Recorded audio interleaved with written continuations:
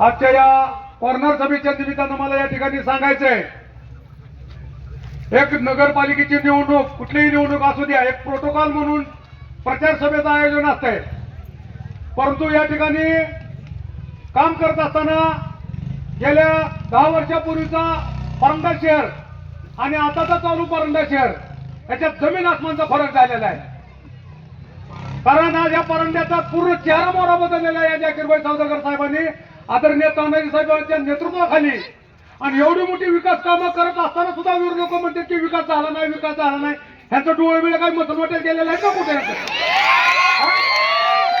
आवळा दलित समाजाची स्मशानभूमी या कुरवाडी रोडला जाताना 2 एकराची स्मशानभूमी एवढी मोठीच्या मोठी बनवली. यांची काही मडी नेऊन जायचं का तिथे? दिसत नाही का?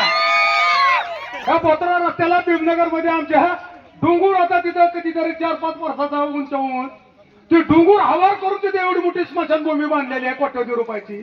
ती विकत दिसत नाही का यांना? फक्त विनाकारण ह्याला एक राजकीय द्वेषापोटी जळजळ ह्याच्या पोटात उठलेले आहे.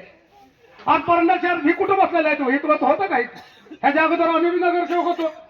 चिखलानी तर चिखला होता का जायला येत नव्हतं. एवढा मोठा विकास झालेला आहे. आज परंडा शहरात आता तन्नूंनी सांगितलं की तुमच्या वार्डामध्ये 200-250 घरकुलं दिलेत. अरे परंडा शहरात 2000च्या वर घरकुलं झालेले आहेत नगरपालिकेच्या माध्यमातून. मग काय रमाई आवास योजनेच्या माध्यमातून झाले असेल, काय प्रधानमंत्री आवास योजनेच्या माध्यमातून झाले असेल. आणि पुण्याचाही त्या ठिकाणी 1 रुपयाचा सुद्धा बिल अडकलेलं नाही. इतकी मोठी विकास कामं केली. त्या परंडा शहरात जर माणूस घुसायला लागलं तर ते येणाऱ्या पाहुण्याला वाटतं की परंडा आहे का कुठलं शहर आहे नवीन. नाही त्याच्या गारभावनी पासून जर इकडे चौकात पोलीस स्टेशन मध्ये यायचं म्हणलं तर दिवसा माणसं येत होती. लाईटीचा पता नव्हता तिथं. चारही बाजूनी लाईटीचा खांब लावलेला आहे. जिकडे तिकडे लाईटीचा उजेड दिसतोय. फक्त एकच झालेला आहे की ह्यांना दहशत निर्माण झालेली आहे की मताची. आता ही निवडणूक जनतेने हातात घेतलेली आहे. उमेदवार तर निवडून आल्यातच जमा झालेले आहेत, परंतु जनतेलाच वाटायला आहे की आता ही 17 झेंडा 18 लाकडं झालेले आहेत. आणि काल सांगितलं अध्यक्ष साहेबांनी की प्रत्येक जण एकच मत मागायला लागलेला आहे. कारण त्यांना कळून चुकलंय की आपलं आता काही खरं नाही. मग कुणी भावनात्मक वाक्यता करायला लागलेले आहेत, कुणी पाहुण्याची आरी चाललेले आहेत. अहो मग ह्यांच्या जर एवढी धमक जर होती तर फाईट टू फाईटच करायला पाहिजे होती ना यांनी. म्हणजे ह्यांची ताकद कळाली असते. आज 4-5 जण जरी एकत्रित झाले फक्त एकट्या माणसाला बघून आणि जाता जाता 2च मिनिटं बोलतो. एक मी परंडा शहरातल्या सर्व नागरिकांना कळकळची विनंती करून एक आवर्जून सांगतो, ही जी लोक जे अपप्रचार करायला लागलेले आहेत ह्यांचा लाज वाटायला पाहिजे. ह्यांच्या जीवाला एक सर्वसामान्यांच्या कुटुंबात जन्मलेला एक मुस्लिम समाजाचा समावेशक सर्व कार्यकर्ता, आज छत्रपती शिवाजी महाराजाचा, महाभारताचा, रामाचा धनुष्यबाण एक मुस्लिम समाजाच्या कार्यकर्त्यांनी हातात घेतलेला आहे. म्हणून ह्यांच्या पोटात पडलेले आहे. मित्रांनो, ह्यांना वाटतं बाण आमचाच आहे. अरे बाण या पूर्ण भारत देशाचा बाण आहे. पूर्ण इतिहास भूगोल मध्ये जावा तुम्ही, 18 गट पगार जातीचा बाण आहे. पण ह्यांच्या पोटात इतकी आग पडलेली आहे की आम्ही हिंदू असताना मुस्लिमाचा कसा बाण. अरे गाव आपलं 18 गट पगार जातीला गुन्हा घेऊन मानणारं गाव आहे.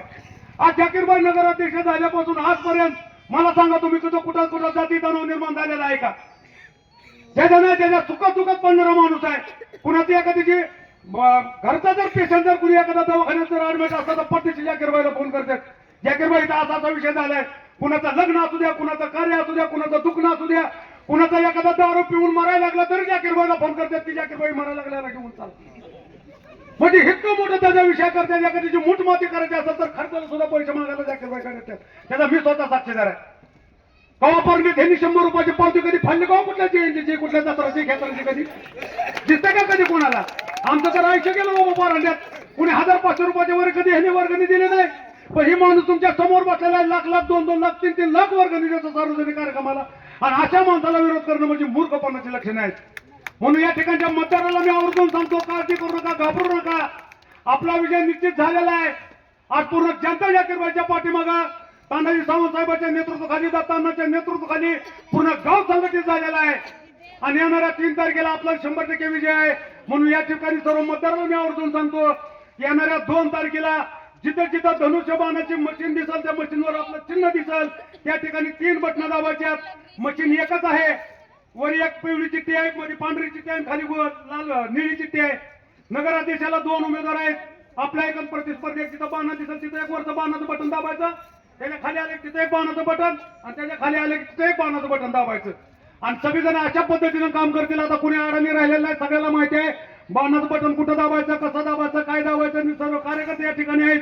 सर्वांना विनंती करतो की 3 ते 2 तारखेला सर्व परंडा शहरातल्या सर्व मतदार बंधू आणि भगिनीनं 2 तारखेला बाणाचं बटन दाबून परंडा शहरात तर जाकीरबाईला तर लीड भेटणारच भेटणार आहे. कमीत कमी 5 ते 7 हजारच्या लीडने जाकीरबाई या ठिकाणी निवडून येणार आहेत.